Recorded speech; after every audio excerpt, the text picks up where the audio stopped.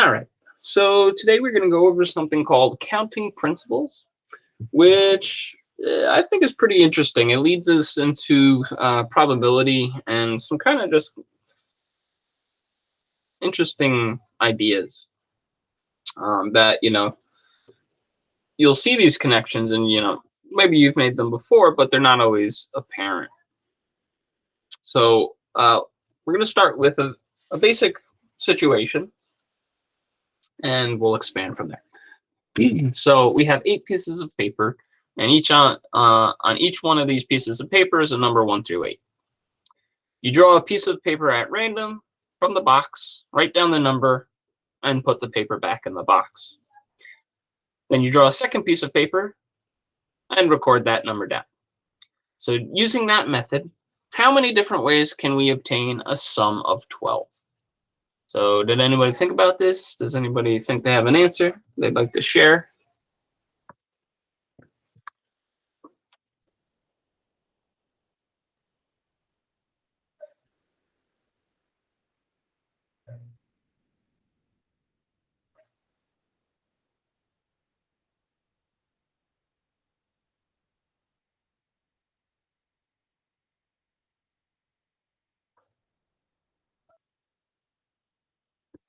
All right, so let's think about it. What are the different ways that we can get to 12 by adding up pieces of paper? Well, so let's go through it numerically, right? So if I pick a 1 as my first number, is there any other number that I can pick that I can add to 1 that will add up to 12? Well, if we only have numbers 1 through 8, okay, I'm not going to pick a second piece of paper that will add up to 12, right? So if I pick 1, then I'm out of luck. It doesn't matter what my second piece of paper is. Okay, same for 2 and 3. But if I pick a 4 as my first one, right, then I can pick an 8 as my second one, and that would get me 12. If I pick a 5 as my first one, then I can pick 7 as my second one, and that gets me 12. If I pick a 6, it's really unlikely, and I pick the 6 again, then that gets me 12. And then if I pick a 7 as my first number, okay, that's different than this one, because here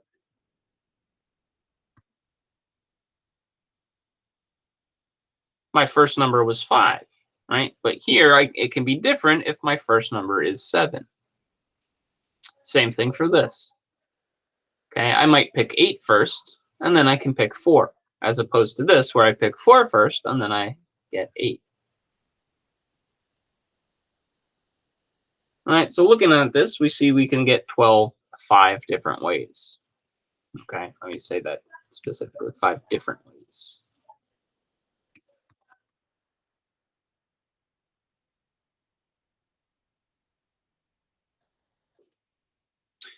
So now we're going to do the same experiment, the same procedure, but now we're not going to replace the numbers. All right, so as soon as I pick one number, then I put it off to the side, and that number is not available for me to pick anymore. So if I do this way,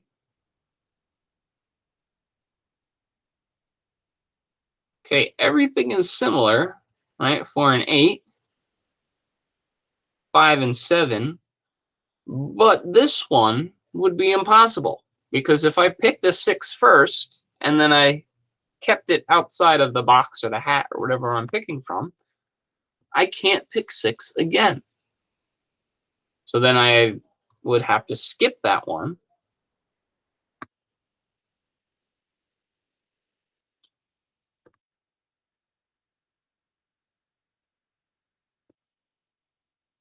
Okay, and we'd only have 4 different ways. All right, so that's going to be a big thing as we move on. Okay, so when we're considering these experiments and these thought processes and these counting things, all right, there's going to be 2 different ways.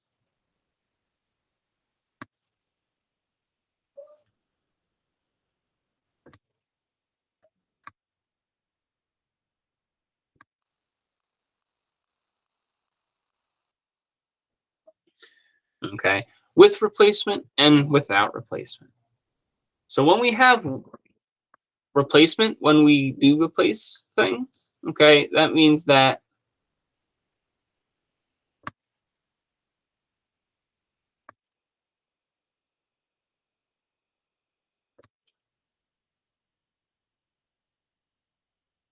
okay, we can get the outcome more than once, like above, right? The 6 was picked first, and then the 6 was picked again. Without replacement,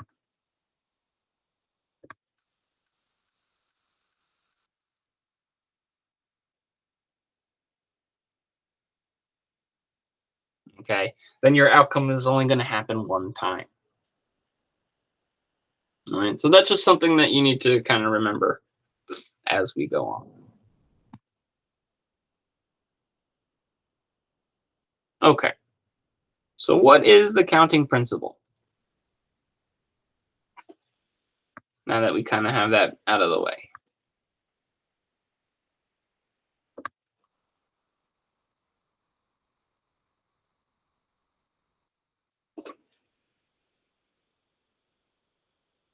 Oh, I'm sorry. Not just the counting principle. It's the fundamental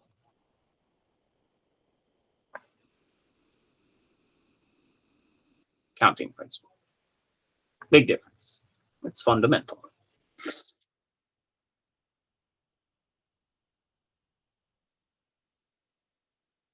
Okay, so we use this. So with the above example, um, it didn't take a lot to write down the different combinations.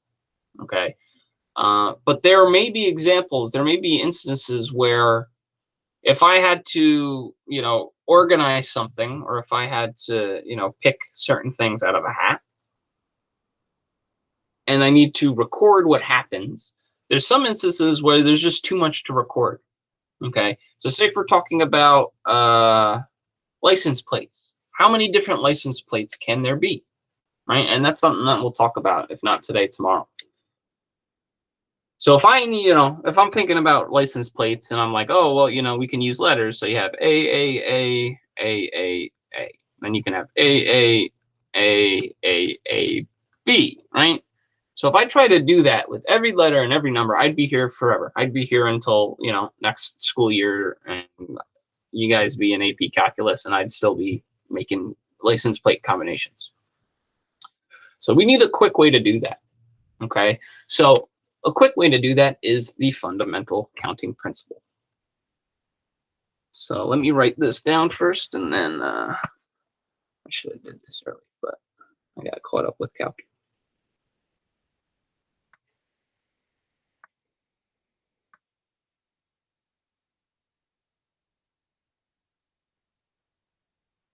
Okay, so we have two events, E1 and E2.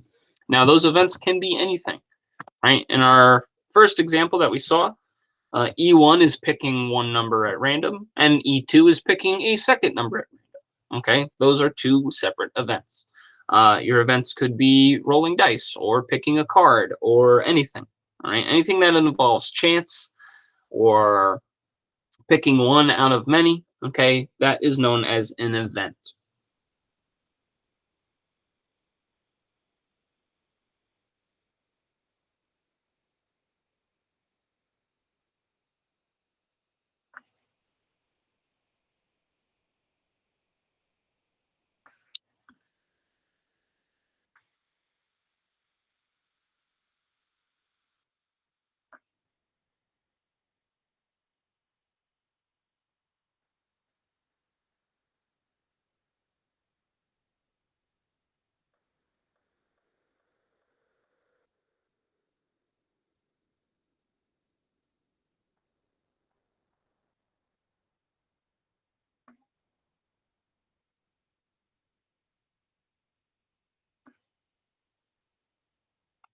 All right.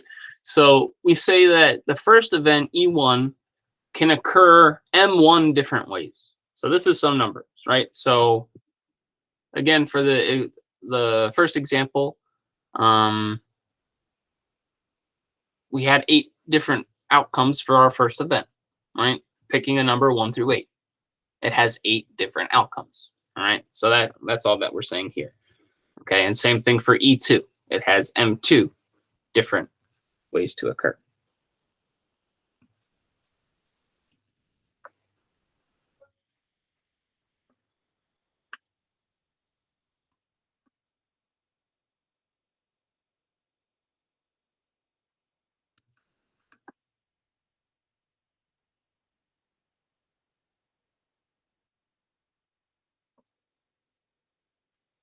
So to find the number of ways that both events occur, we multiply the different ways that they can occur separately. All right, so that's a lot of fancy talk and math. So I'll give you a second to write that down, and then we'll go over an example, and hopefully it'll click if you don't get it.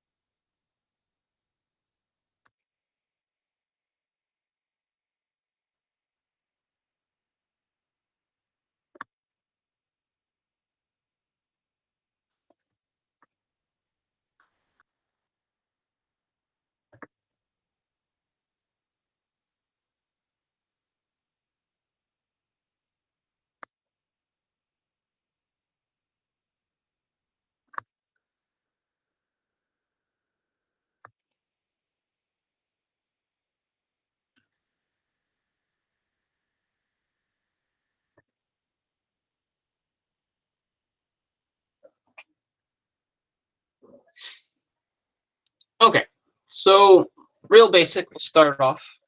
How many different pairs of letters of the English alphabet are possible? Right, so we have 2 events. They're both the same event, but they occur separately.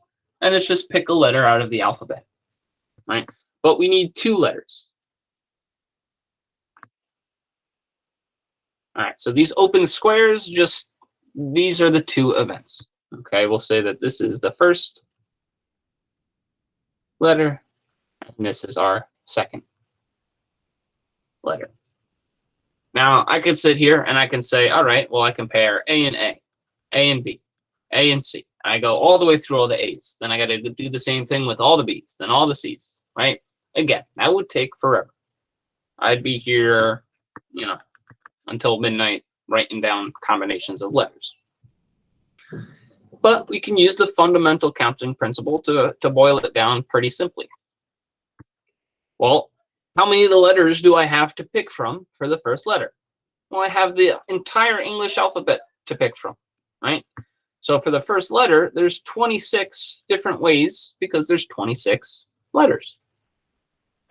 Or the second letter, okay? It doesn't say that I can't repeat a letter. So again, for the second part, I also have 26 different ways or 26 different options to pick from. So how many is it total? Well, I just multiply those 2 numbers, 26 times 26. So we have 676 combination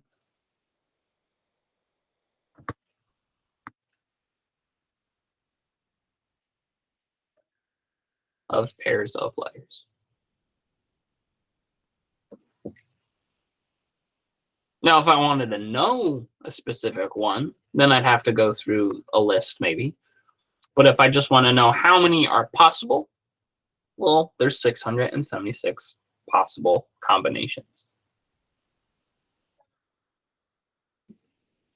All right, any questions there about that?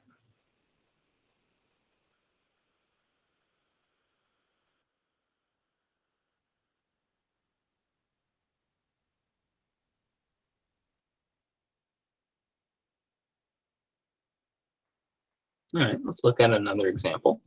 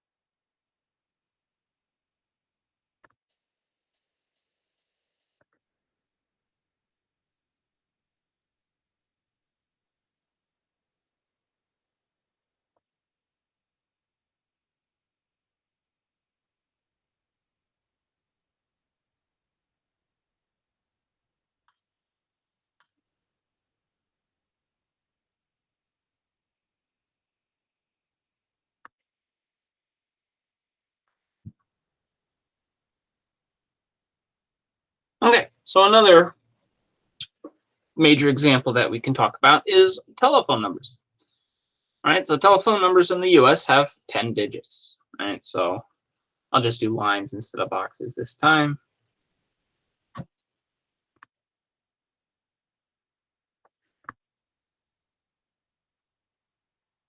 All right, that's the general form. So we have the area code, and then we have what's called over here. This is what's known as the local number. Right? We have one restriction here. The local number cannot begin with a 1 or 0. So that just says the first digit of your number outside of the area code cannot be a 1 or 0.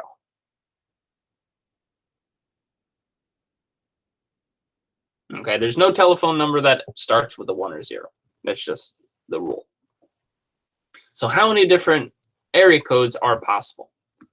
Well, for each one of these digits, we have 10 possible numbers, right? 1 through 9 and 0. So here I have 10 options to pick from.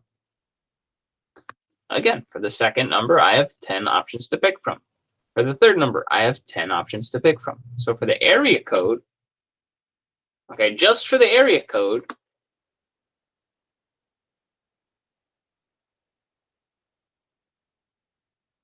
okay, we have 1,000 different area codes. Right? You know, and that goes from 000, which probably doesn't happen, to 999, and every single number in between.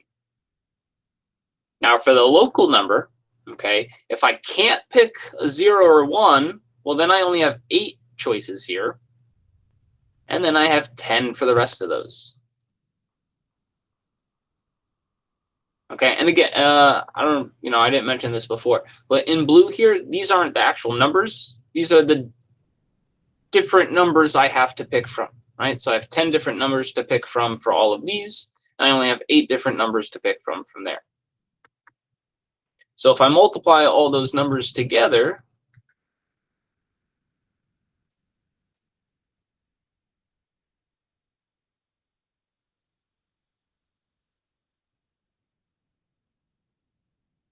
we get that there are 8 million different phone numbers.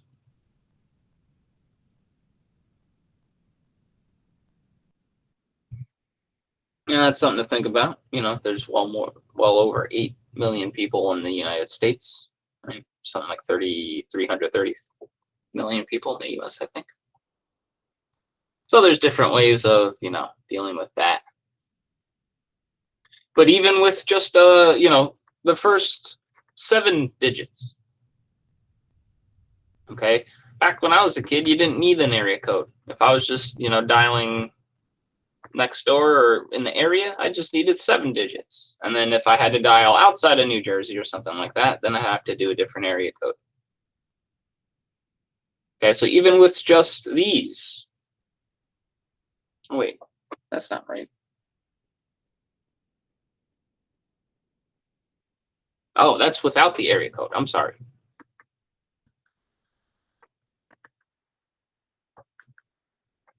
All right, 1, 2, 3, 4, 5, 6. 1, 2, 3, 4, 5, 6. So with the area code,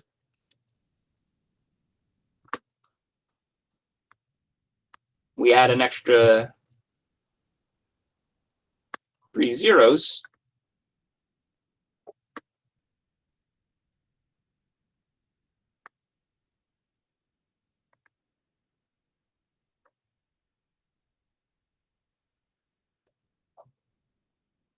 Okay, that gives us 8 billion different phone numbers, which covers everybody on Earth right now. I think we're at 7 something billion for world population. All right, so just by using the numbers 0 through 9, and not including 0 or 1 for this one, there are 8 billion different phone numbers that we can make. All right, that's something to think about. All right, we'll continue with this tomorrow. I'm going to give you one or two simple questions tonight. All right, I want you to think about them. It's just counting principles, right? So you just have to think of how many different ways an event can occur, and then just do some multiplication. All right, so it's not too strenuous, but it may be a little difficult because it's new stuff. All right, so we'll start slow with this. All right, guys. Don't forget, tomorrow is report card night. If anybody wants to meet up with me, send me an email to make an appointment. Otherwise, check for homework and have a good day. I'll see y'all tomorrow. Bye. Have a good day. Bye.